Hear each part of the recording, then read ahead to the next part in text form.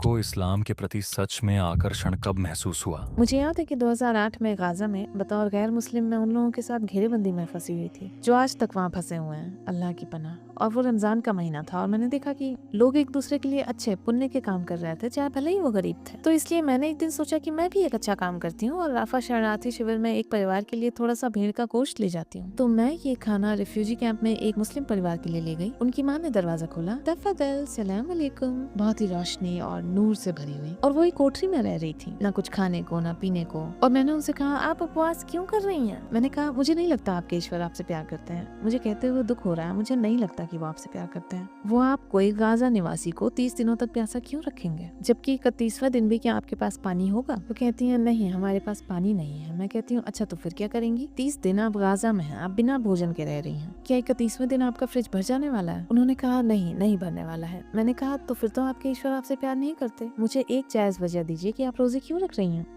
और उस खाली कमरे में उन्होंने ये कहा, मैं रमजान में गरीबों को याद करके रोजे रखती हूँ।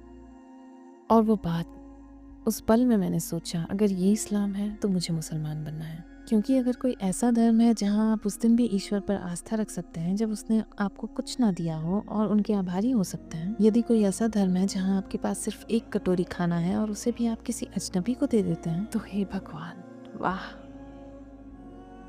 यही सही धर्म है।